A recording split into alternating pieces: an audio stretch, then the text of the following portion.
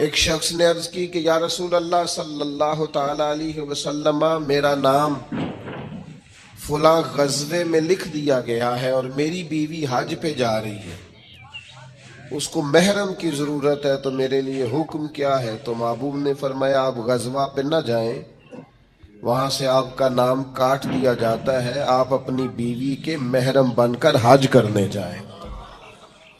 تو اس پر تو درجنوں دلائل ہیں کہ دین اسلام نے ترجیحات کا تعین کیا۔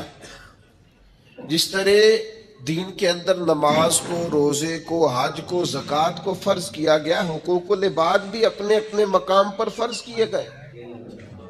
تو اس لیے سرے سے یہ بات کہنا کہ ہماری دنیا کا کیا بنے گا، جتنا دنیا کے معاملات کو، جن کو ہم دنیا سمجھتے ہیں، دنیا کے معاملات کو جتنا اسلام سپورٹ کرتا ہے اور جتنا نظم و ضبط میں لاتا ہے اور جتنا اس میں حسن پیدا کرتا ہے اور جتنی اس کے اندر اسلام حساسیت لاتا ہے، یہ تو کسی اور مذہب میں دور دور تک موجود ہی نہیں ہے۔ تو اس لیے اس پہلو کو سمجھا جائے۔ اب دیکھیے قرآن مجید فرقان حمید کی سورہ نحل کی ایک آیہ کریمہ کا میں نے ایک حصہ تلاوت کیا۔ ایک تو اسی سورہ مبارکہ کی ایک آیت میں نے تلاوت کی تھی جس میں اللہ نے فرمایا جو بھی اچھے عمل کرے، من عمل صالحا من ذکر او انثی وهو مؤمن فلنحیینہ حیاتا طیبہ، جو بھی اچھے عمل کرے، چاہے مرد ہو چاہے عورت، شرط یہ ہے کہ مومن ہو، ہم اسے پاکیزہ زندگی عطا فرمائیں گے، اس کی زندگی کے شب و روز کو حیات طیبہ بنا دیا جائے گا۔ اب یہ آیہ کریمہ بھی سورہ نحل میں موجود ہے۔ اللہ کریم نے ارشاد فرمایا للذین احسنوا فی ہذہ الدنیا حسنہ۔ یہ جو حسنہ کا لفظ ہے قرآن میں یہ بڑا ہی حسین ہے۔ فرمایا وہ لوگ جنہوں نے اس دنیا میں بھلائی کی، ہم نے دنیا میں ان کے لیے بھلائی رکھی ہے، یہاں بھی انہیں بھلائی ملے گی، انہیں ان کی نیکیوں کا اجر دیا جائے گا، ان کی زندگی کو خوبصورت بنا دیا جائے گا، ان کے احوال کو مرتب کر دیا جائے۔ حضرت عبداللہ ابن عباس رضی اللہ تعالیٰ عنہ ارشاد فرماتے ہیں جو آدمی نیک عمل کرتا ہے اللہ اس کے دل کو اطمینان دیتا ہے، چہرے کو رونق دیتا ہے اور وقت میں برکت پیدا فرما دیتا ہے۔ اس کے لیے اللہ تبارک و تعالی یہ آسانیاں پیدا کر للذین احسنوا فی ہذہ الدنیا حسنہ، ان لوگوں کے لیے جو اس دنیا میں بھلائی کریں گے اللہ تبارک و تعالی نے بھلائی رکھی ہوئی ہے۔ یہ کیسے ہو سکتا ہے کہ کوئی شخص بھلائی کرے دنیا کی زندگی میں رہ کر اور پھر وہ نقصان اٹھائے؟ تو یاد رکھیے گا اور اس بات کو اچھی طرح سمجھیے گا کہ نیک اعمال کرنے پر انسان کی دنیاوی زندگی میں بھی برکات نازل ہوتی ہیں، اس پہ رحمتیں نازل ہوتی ہیں۔ دیکھیے ایک ہے آئین، دنیاوی قانون، اسباب کا قانون۔ اسباب کا قانون یہ ہے کہ آگ جو ہوتی ہے وہ جلا دیا کرتی ہے، پانی سے پیاس بجھتی ہے، کھانا کھانے سے بھوک ختم ہوتی ہے، یہ دنیاوی قانون ہے۔ ایک ہے روحانی اور رحمانی قانون، وہ یہ ہے کہ آگ ہمیشہ جلاتی ہے، لیکن اگر رب چاہے تو جناب ابراہیم علیہ السلام کو نہیں جلایا کرتی۔ یہ رحمان کا قانون ہے، یہ روحانی معاملہ ہے۔ ویسے تو انسان کھانا کھاتا ہے تو اس کی بھوک مٹتی ہے، لیکن نبی پاک علیہ السلام نے فرمایا بیمار کے ساتھ ضد نہ کرو، اس لیے کہ اس کا رب اسے کھلا بھی دیتا ہے اور پلا بھی دیتا ہے، اس کا پیٹ بھرا ہوا ہوتا ہے، اس کو بھوک نہیں لگ رہی ہوتی۔ یہ کیا ہے؟ یہ روحانی قانون۔ ہم دنیا کے اندر کاروبار کرتے ہیں، تجارت کرتے ہیں، محنت کرتے ہیں، جد و جہد کرتے ہیں۔ آپ ذرا تھوڑا سا اپنے ارد گرد ماحول کا جائزہ لیجئے گا، آپ کو محسوس ہوگا کچھ لوگ بہت تیز ہیں، بہت پھرتیلے ہیں، سوسائٹی کے اندر جتنے چلن ہیں ان سب سے وہ آگاہ ہے، زمانے کی پیچ و تاب کو پورے طور پر جانتے ہیں، کس وقت کون سا مال خریدنا ہے، کون سا بیچنا ہے، ہر چیز سے انہیں پوری شناسائی، کس محفل میں جا کے کون سا رنگ اختیار کرنا ہے انہیں سب پتا ہوتا ہے۔ یہاں اگر میں چلوں گا اور میں چڑھائی کر دوں گا تو سامنے والا لچک دکھا دے گا، انہیں خبر ہوتی ہے۔ لیکن ایسے لوگ زندگی کی دوڑ میں اکثر آپ کو پیچھے رہتے ہوئے دکھائی دیں گے، بہت تیز ہیں، بہت سمارٹ ہیں، سب جانتے ہیں، دین کا بھی پتہ ہے، دنیا کا بھی پتہ ہے، سیاست کا بھی پتہ ہے، مختلف تہذیبوں سے بھی آگاہ ہے، لیکن پیچھے رہ گئے۔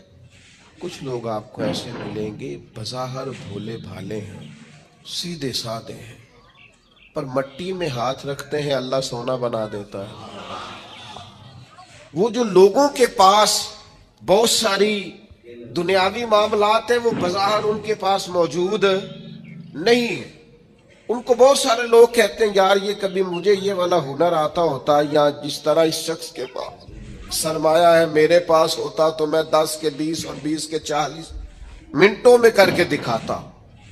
یاد رکھنا کئی دفعہ انسان پر ایسا وقت آتا ہے کہ اس کے لیے ایک رکاوٹ بھی رستے میں باقی نہیں رہتی، وہ جدھر جدھر جاتا ہے دروازے کھلتے جاتے ہیں، جن رستوں پر وہ سفر کرتا ہے وہ رستے اس کے لیے آسان ہوتے جاتے ہیں۔ بڑی لمبی چوڑی دشوار گزار گھاٹیاں ہوتی ہیں، لیکن یہ قدم رکھتا ہے تو رستے سمٹتے چلے جاتے ہیں۔ خود اسے احساس ہوتا ہے کہ یار میں پلٹ کر دیکھتا ہوں تو میں تو وہ کر ہی نہیں سکتا تھا جو مجھ سے ہو گیا، یہ میرے لیے ممکن، یہ میں نے کر لیا، یہ مجھ سے ہو گیا، دروازے کھل جاتے ہیں۔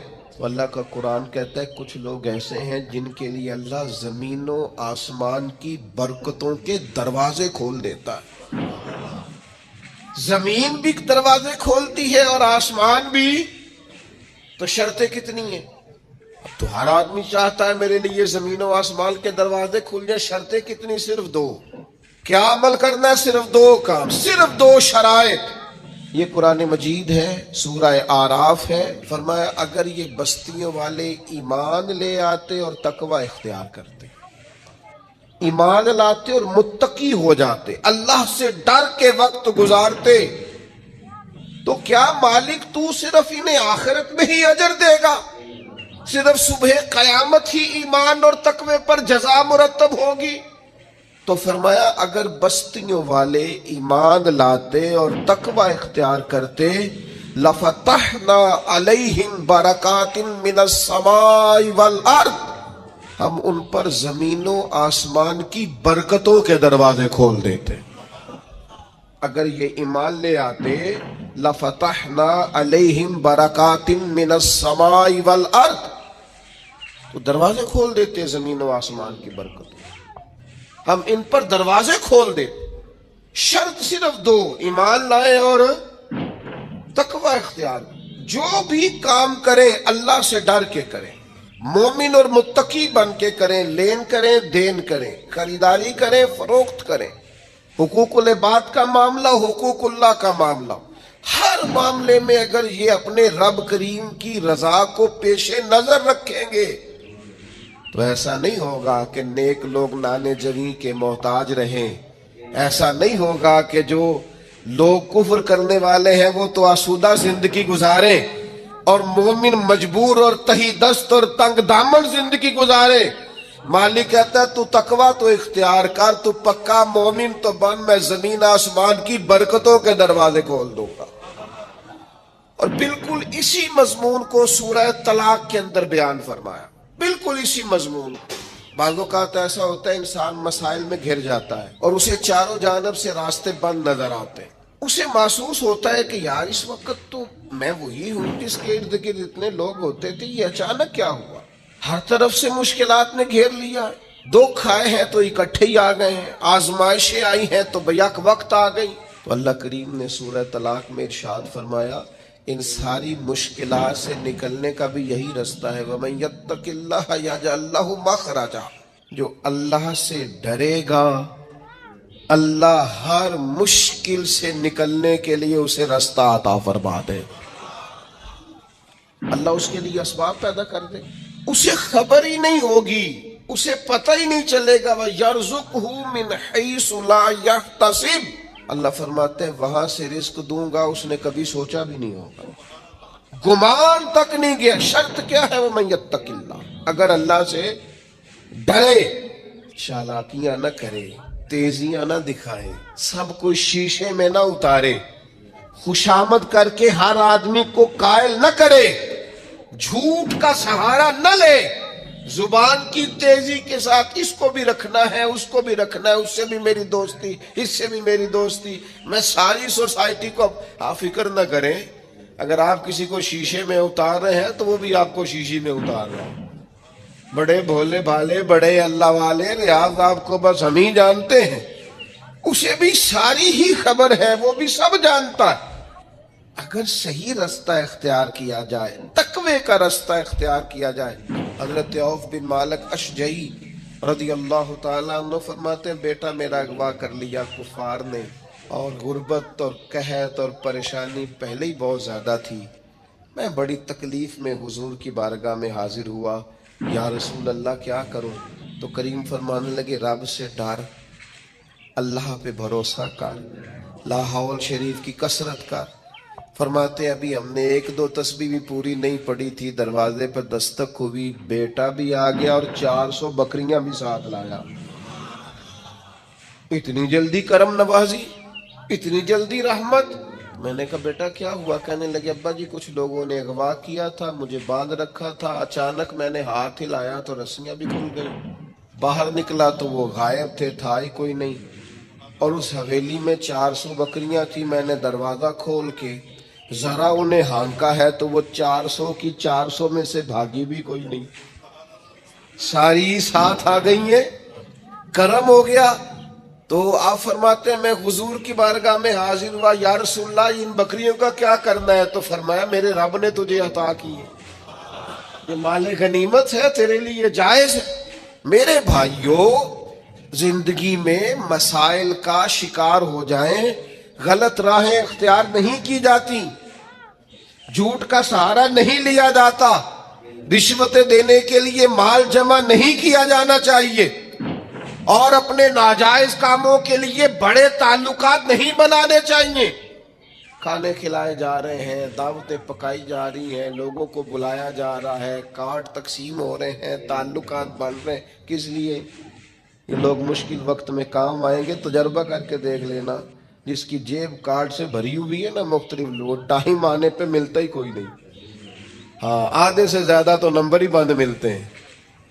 وہ کہاں میرے عزیز، وہ کسی نے کہا تھا وہ تیری آنکھ ہو یا سنگ ملامت کی چبھن، کون پہنچا ہے میرے درد کی گہرائی تک، دور شہرت میں تو یاروں نے کیا یاد بہت، پر ساتھ آیا نہ کوئی کوچہ رسوائی تک۔ مشکل حالات میں کون ملتا ہے؟ ساری عمر ہی آٹا گد ہے، لکھاں کیتے نہیں پیڑے، تو جدو وقت آیا ہی محمد بخشا کوئی نہیں بیٹھا نیڑے۔ اس وقت میں اللہ فرماتے ہیں تو مجھ سے ڈر، میں تیرے لیے رستہ بنا دوں گا، تجھے گنجائش دوں گا، تیرے حالات ٹھیک کر دوں گا، لیکن شرط کیا ہے؟ اللہ سے ڈرا جائے، غلط راہوں کا انتخاب نہ کیا جائے، اپنے مالک کی طرف توجہ کی جائے، اپنے مسلح کو آباد کیا جائے، رب کریم کی جانب انسان رجوع کرے۔ اگر وہ اللہ کی جانب رجوع کرے گا، رب کریم سے ڈرے گا، اس کے حضور اپنی توجہ کو مبذول کرے گا، تو اللہ تبارک و تعالی اس کے لیے بڑی جلدی رستہ پیدا کر دے گا۔ اور یہ تجربہ ڈھیر سارے لوگوں نے کیا، اور وہ اس تجربے پر کامیاب بھی ہوئے۔ اور پھر ہم جائز اور ناجائز مال اکٹھا کر کے نا، ہم سے جب کوئی شخص پوچھتا ہے کہ کس کے لیے جمع کر رہے ہو؟ بچوں کے لیے۔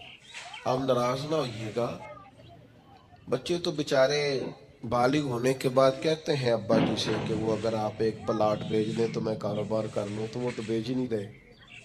تو شروع سے تو آپ کہہ رہے تھے بچوں کے لیے جمع کرنا، کہاں ہے بچوں کے؟ یہ تو آپ کے نام ہے، ہر چیز پر قبضہ آپ کا ہے، کنجیاں ساری آپ کے پاس ہیں، ہر چابی آپ کی دسترس میں ہے بھائی، کہاں ہے بچوں کے پاس؟ سن لو اور یاد رکھنا، اللہ کی کتاب کا فیصلہ یہ ہے اگر آپ چاہتے ہیں کہ میرے بچے میرے بعد کسی پریشانی کا شکار نہ ہوں تو اس کے لیے باپ کا امیر ہونا ضروری نہیں، باپ کا نیک ہونا ضروری ہے۔ آپ یہ سمجھتے ہیں کہ میں بہت زیادہ بینک بیلنس چھوڑ کے جاؤں گا تو پیچھے میری اولاد آسودہ زندگی گزارے گی، میں بہت ساری زمین جائیداد چھوڑ جاؤں گا تو یہ خوشحال وقت گزاریں گے، انہیں کوئی تکلیف نہیں آئے گی؟ ایسا نہیں ہے۔ قرآن مجید کا یہ فیصلہ ہے کہ آپ کے پیچھے آپ کے مال، آپ کی جان، آپ کی اولاد کی حفاظت تب ہوتی ہے جب آپ تقوی چھوڑ کے جاتے ہیں، پرہیزگاری چھوڑ کے جاتے ہیں، نیک نامی چھوڑ کے جاتے ہیں۔ یہ قرآن مجید ہے، یہ سورہ کہف ہے، یہ حضرت خضر علیہ السلام ہے۔ یہ ایک گاؤں میں گئے ہیں جناب موسیٰ کلیم علیہ السلام کے ساتھ، گاؤں والوں نے مہمان نوازی کوئی نہیں کی، لیکن اللہ کے ان پاک باز لوگوں نے ایک گرتی ہوئی دیوار سیدھی کر دی۔ اور جب جناب خضر علیہ السلام سے پوچھا جاتا ہے کہ جناب آپ یہ گرتی ہوئی دیوار سیدھی کر رہے ہیں اور یہ لوگ وہ ہیں جنہوں نے پانی تک نہیں پوچھا، تو یہ قرآن مجید ہے۔ رب کریم فرماتا ہے جناب خضر علیہ السلام نے فرمایا یہ دیوار 2 یتیم بچوں کی ہے، ان کی ملکیت ہے یہ جگہ، اور اس جگہ کے نیچے ان کا باپ خزانہ چھوڑ گیا ہے اپنے بچوں کے لیے۔ اگر یہ دیوار گر جاتی، خزانہ ظاہر ہو جاتا تو ان بچوں کا مال لٹ جاتا۔ آپ نے یہ نیکی کیوں کی؟ تو اللہ کا قرآن کہتا ہے جناب خضر نے کہا وَكَانَ أَبُوهُمَا صَالِحًا، یہ نیکی اس لیے کی ہے کہ ان کا باپ نیک آدمی تھا، ان کا والد ایک صالح آدمی تھا۔ ابوہما صالحا۔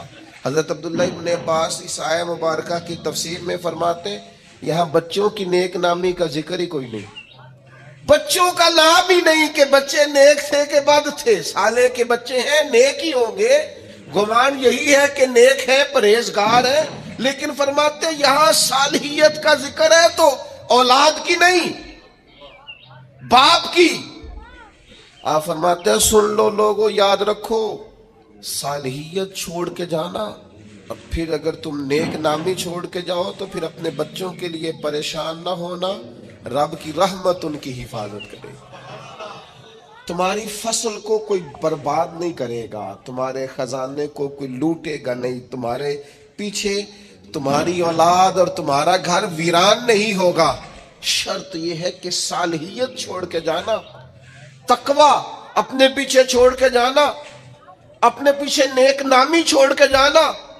حضرت عمر بن عبدالعزیز رحمت اللہ علیہ سے قبل جتنے بھی بادشاہ تھے کروڑوں اربوں کی جائیدادیں چھوڑ گئے وہ، لیکن ان کا حال یہ تھا کہ ان کی اولادیں ایسی شراب کباب میں الجھیں کہ 2 بادشاہ تو ایسے تھے جن کے بچے جامع مسجد کے سامنے بھیک مانگا کرتے، اور جناب عمر بن عبدالعزیز رحمت اللہ علیہ نے آخری وقت میں اپنی بیوی کو کچھ نصیحتیں کرنا چاہی تو وہ کہنے لگی اللہ تعالیٰ آپ کو آپ کی نیکیوں کی جزا دے، اولاد کے لیے کچھ نہیں کر سکے آپ، کچھ نہیں ہے ہمارے بچوں کے پیچھے۔ آپ نے فرمایا بلاؤ نہ بیٹوں کو، تو بیٹے حاضر ہوئے تو حضرت عمر بن عبدالعزیز کہنے لگے بیٹا تمہارا باپ بزدل تھا، جائیداد نہیں بنا سکا، اسے معاف کر دے۔ کہا بھاجی آپ بزدل کیا مطلب؟ تو ہر میدان میں ڈٹے رہے۔ فرمانے لگے میں بزدل تھا بیٹا، دوزخ سے ڈر گیا، جہنم کی آگ سے میں ڈر گیا، میں نہیں اپنے مالک کے عذاب کا مقابلہ کرنے کی سخت رکھتا تو میں ڈر گیا، تمہارے لیے کوئی ناجائز پیسہ جمع نہیں کر سکا، اپنے باپ کو معاف کر دینا، بس یہی روکھی سوکھی ہے جو چھوڑ کے جا رہا ہوں، قبول کرنا۔ تو جناب عمر بن عبدالعزیز کے بیٹے اٹھ کے اپنے والد کے قریب بیٹھ گئے، کہنے لگے ابا جی آپ پہ سلامتی ہو، پرانے بادشاہوں کی اولادیں گلیوں سے گزرتی ہیں تو لوگ دیکھ کے رخ پھیر لیتے ہیں، اور ہم جس گلی سے گزرتے ہیں لوگ کہتے ہیں نیک آدمی کی اولاد جا رہی، تو پرہیزگار آدمی کے بیٹے جا رہے ہیں، آپ کے نام سے جانے جاتے ہیں۔ تو ہمارا قد ناز سے اونچا ہو جاتا ہے، ہمارا سر فخر سے بلند ہوتا ہے۔ دوستو اللہ فرماتا ہے وَكَانَ أَبُوهُمَا صَالِحًا، ان کا باپ صالح تھا، نیک تھا۔ اگر چاہتے ہو کہ پیچھے اولاد کو کوئی تکلیف نہ آئے، جانے کے بعد اولاد پر کوئی آزمائش نہ آئے، زمانے کی تیز دھوپ کی تپش انہیں نہ پہنچے، حالات کی شدت کا یہ شکار نہ ہو، پھر سرمایہ نہیں، مال نہیں، جائیداد نہیں، تقوی چھوڑ کے جانا۔